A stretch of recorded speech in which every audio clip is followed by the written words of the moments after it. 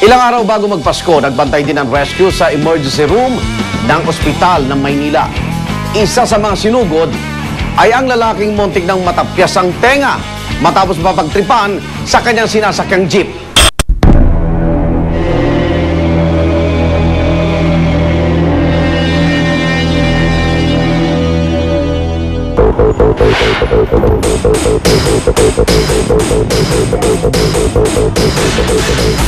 Three years na ako nagtatrabaho dito sa ospital ng Maynila.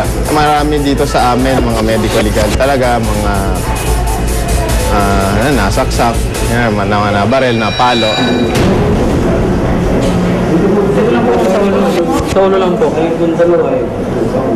Gano'n kami nag-biyahe, galing kami Caloocan po, pabuwi sa Pandangan. Pag-stop nung stoplight, nasa Samura po kami. Pag-stop nun, pag-stop nun, nagising ako. Ayun, kapatid ko. Nakita ko nasa labas. Yun, nagsusuntukan na. Tumakbo rin po ako palabas. Kaya nangyari ko ganun. Alam ko naman, tingnan ko lang utol ko. Wala naman kami ginagawa ng masama. Nagtampo siya ng sugat dito sa may front area, dito sa may right. Tapos meron po siyang laceration dito sa may tenga. So, bale parang natapyas po siya ng konti. Mukha pong may matigas na bagay, posible pong bato or posible pong kahoy na pinanghampas sa kanya. Sa kaso ng pasyente, pwedeng naapektuhan yung buto sa bungo, parte ng bungo sa may tenga. Kung magkaroon ng fracture dun sa loob, yun ang pwedeng dahilan ng pagkabingi. Pero sinilip naman natin yung loob ng tenga ng pasyente, wala nang pakita ng mga senyales na hanggang sa loob na natamaan yung part ng tenga na responsible sa pandinig. Linis muna natin, kailangan masigurado natin na walang natitirang mga foreign body, yung mga bato, alikabok o anumang dumi na pwedeng mag-cause ng infection dun sa sugat ng pasyente.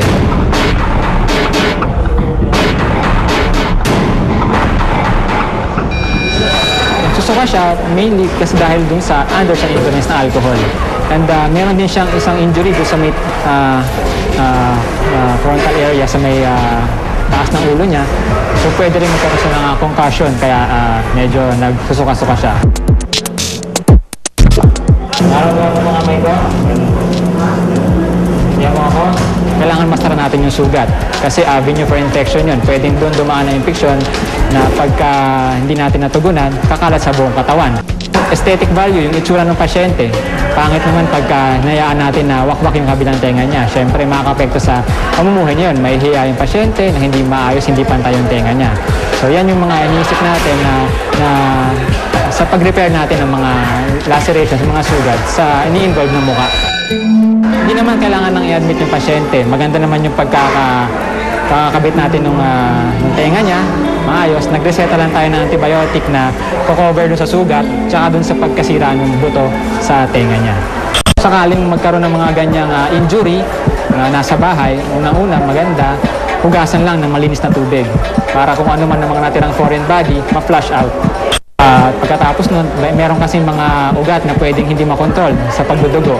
So maganda, dalhin kagad sa pinakamalapit na ospital na kayang mag-cater ng ganung mga problema. Matapos gamutin ang lalaki na pagtripan sa kanyang sinasakyang jeep, isa pang aksidente ang tinugunan ng mga doktor ng ospital ng Maynila. Isang construction worker na bagsakan ng tubo sa mukha. I am Dr. Christopher Passion. Incoming third year resident here at Hospital ng Manila Medical Center. Ako yung pag nag-duty at kung sino man yung nire-refer na patients, ako yung tumitingin sa ER ko.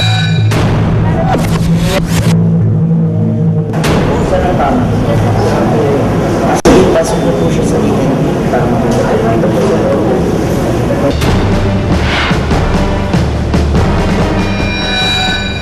Yung patient na nakita natin, 23-year-old, case of trauma na accidentally na disgrasya, natamaan siya ng metal rod dito sa eyebrow.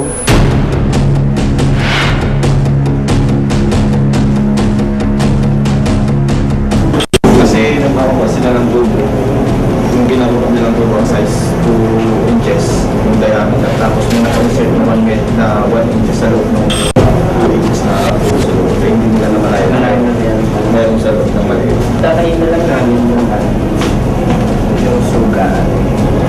titignan natin unang-una yung vision ng pasyente. So, okay naman kasi siya. Maayos naman, 20/20 naman yung vision niya. So, ibig sabihin, hindi siya nagkaroon ng problema sa loob ng mata. Doon lang sa labas. Balat natin dito sa noo, medyo manipis siya, tsaka nakadikit siya sa buto. So, minsan, mababaw lang o mild lang yung trauma. Pag medyo sharp yung edge na tumama, lumalabas pa rin siya. Usually, mga cheap fracture, yung maliit lang parang bungi, parang nabungi lang ng konti. Meron din tayong comminuted fracture, yung partial lang, parang buka or hiwa lang na hindi totally naghiwalay. Yun lang yung mga most common na na-expect natin sa mga ganyan condition. Nagtutok din kami ng anti-tetanus kasi hindi natin alam kung ano yung sugat. Kahit sabihin niya na na malinis, pero kasi pag metal at may kalawang, hindi mo naman nakikita. And after pagtatahi, saka na natin siya paggawa yung mga susunod na mga examinations. Like yung x-ray nga ginawa natin. Kung basta sa resulta na okay naman, negative siya sa fracture.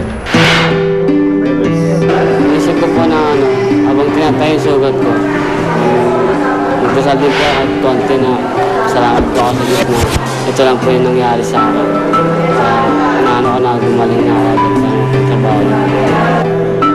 Handa lahat ang kumpanya namin na sagutin ng medication kasi accident naman yung nangyari. Natin i-prevent yung mga ganong condition. Kung nasa work life sa kanya, in his case, nasa construction site siya, kailangan na talaga gumamit siya ng goggles all the time. Kung ano yung protective gear na binibigay or nire-require ng company, dapat gamitin nila.